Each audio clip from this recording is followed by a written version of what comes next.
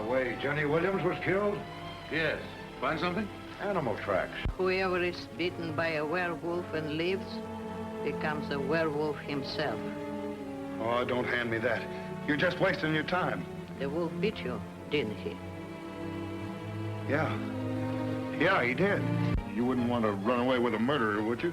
Oh, Larry, you're not. You know you're not. I killed Bela. I killed Richardson. If I stay here any longer, you can't tell who'll be next.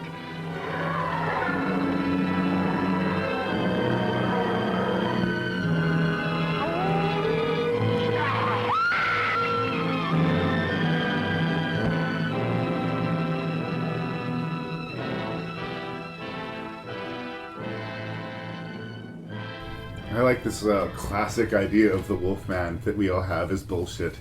This whole, like, the lore of the Wolfman and how there's been stories of the Wolfman throughout history. Yes. Well, there's been stories of people that change into animals, and animals that affect, when they bite people, give them affectations of animals. But this movie is interesting, and so is the next one we're going to review, in that it's not based on any source material. This is a complete invention. Mm-hmm. It's a complete invention, and you'd think... I mean, I guess as an English major, I would be suspicious of that. Without this rich material behind it, you know, are they still going to be able to make something of value?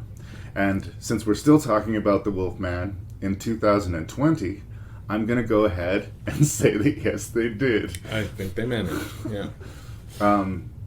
So, yeah, the whole idea of somebody who, the lunar cycle affecting their change, there's a little bit more about the gypsy and the sort of the mark of the beast sort of on them, and this poem that we get recited over and over and over again in the movie.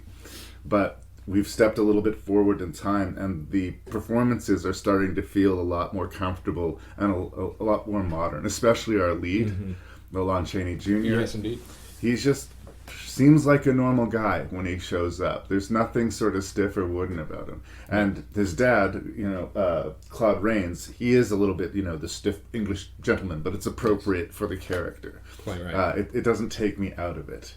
And despite our main character, Lawrence Talbot, Larry, who's a guy named Larry who we like and sympathize with, a very rare thing in movies, we like him despite the fact that his approach to... kind of romancing this girl is more than a little bit creepy by today's standards. He spies on her through a window, then he goes into the shop and he starts talking to her all creepy about the stuff he's learned by spying on her, and this is all supposed to be super charming. Well, yeah. But it's charming still, but just not in the way that it intended to be charming. It's just sort of like, it's off cue in a way that it's sort of amusing. But... the tragedy works in this because we like the character. Yes. So, yes, overall, I feel The Wolfman was a worthy use of my time. Again, it's another tight, was 75, 80, if that, minutes. Yeah. It gets the job done quickly. And, yeah, I liked The Wolfman for the most part. I have to agree with you. I really enjoyed The Wolfman. I thought the amount of story that they were able to manufacture from... Oh, I'm assuming it was based on some of these myths of people changing into animals. But... they manufactured a really, really solid story and managed to create some canon along the way that has been used since, right? Which is remarkable and deserves a nod at the very least. I liked the Lon Chaney character. I'm not sure if I liked the Lon Chaney Jr. just as an actor, but I appreciated why he was cast and why he was appropriate for the role.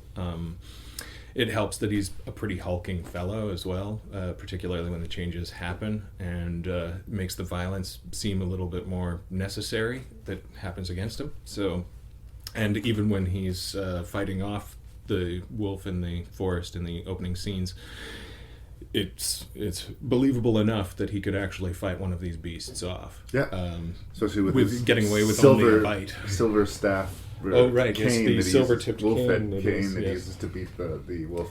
And the original werewolf, it just looks like a wolf that he defends this woman from this woman, and he takes his bite.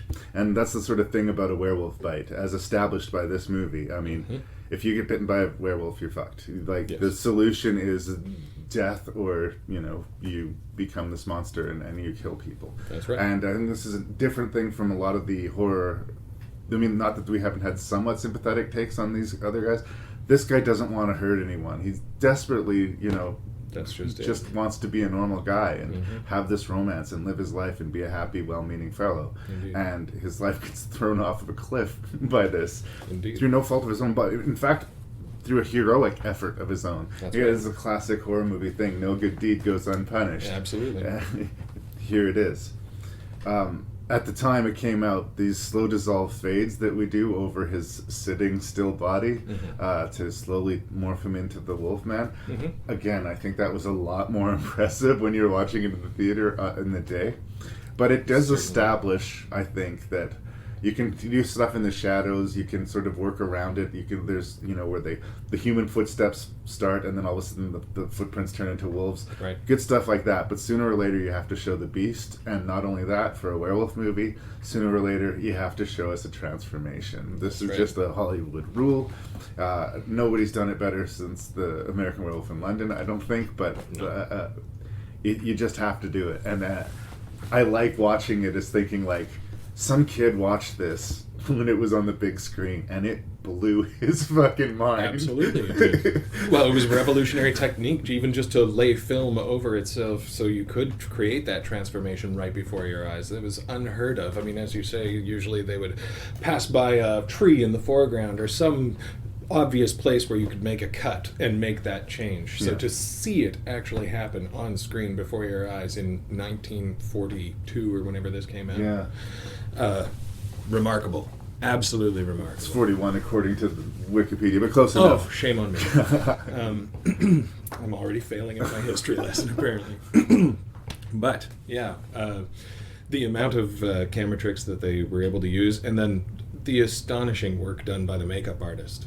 Yeah. Just beyond what was even expected at that time, I would think. And I was glad to hear that throughout the years he got his kudos despite being unceremoniously dismissed from Universal after not growing with the times. Because how dare you invent something and then not grow with it? But I'm good at doing it my way. Well, and shame on him, I guess. Well, but to his credit, the picture, even to this day, even in the day and age of like the Benicio del Toro Wolfman, Yes. when people, I think of the Wolfman, this is the image that they still have, still today. It's basically the dog face boy. Yeah, and that is interesting. Like with all the amazing effects and like the hellhound approach that Werewolf in London took, that still, it's the two-legged standing clawed werewolf that we seem to have, that seems to have made the most impact culturally. I really liked in the original movie how it was a good relationship between the father and son. I think one of the things that bothered me about the remake is that in the remake, Anthony Hopkins plays his dad, and he shows dad, and he ends up being basically the main adversary of the film. Yeah. And it took the heart out of it. It took kind of the tragedy out of the movie a little bit. The idea that you have to kill your son to save him from this curse is actually, I think, pretty devastating. I would think, yes. And so after a point, the movie, I think, after the point of that bite, the movie can shift to become about that father character. What do you do when somebody you love is, changing for the worse, and there's no way out of it. It set up more dramatic stakes than we saw in any previous movie, and that we're going to see in any other movie that we talk about. Yes.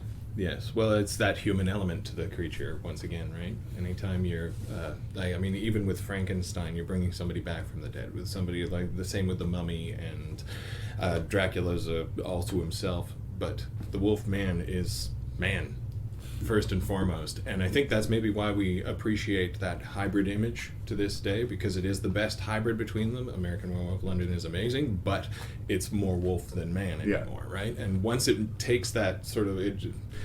there's a point to which both species are married well, and then once it goes too far in either direction, it just doesn't seem to work anymore. So it makes sense that this is the image that sticks in everyone's mind. We know what a man is, we know what a wolf is. We'll let you know the werewolf is somewhere in between. Yes. No, I feel you. I feel you. Yeah, I really liked the gypsy culture in the movie. Bela Lugosi shows up to give this prophetic warning to our first victim. Yeah. And it's kind of campy. He's really big and over the top in the way that we love Bela Lugosi to be. But I like this whole, it's not a real sort of authentic portrayal of gypsies. I don't know if there's ever been an authentic, quote, portrayal of gypsies. It's all this idea we have of this, caravan of, ancient psychic withered old ladies. Just We've had scarves. Yeah, wreak havoc wherever they go. And it hasn't changed a beat. You go from this movie to the gypsy culture that's shown in Sam Raimi's Drag Me to Hell, and they have not aged a day. It's the exact same sort of Absolutely. thing. I don't know if this movie established that as well, but I still feel its influence. And for a movie that came out in 1941, bravo. No small feat. Yeah, no, they did a very fine job indeed. Is there anything else you want to say about Wolfman? I feel like we've done short drift on it, but I don't know what more to say. It speaks for itself in a lot of ways. It really does. I mean, it was an easier watch than some of the other ones. I didn't feel it was as much of a hill to get over. I felt more access to the movie than I did some of the other ones. Well, and the just film had developed so much already by this point in history as well. Like the amount of moving camera was much more noticeable. The sets and the locations that they used just seemed much more encompassing of the audience, and that's huge. That makes a big difference, I think, when you're telling a story on screen. If you can make your audience feel like they're there with you, the time is gonna go by that little bit quicker, right? So, win.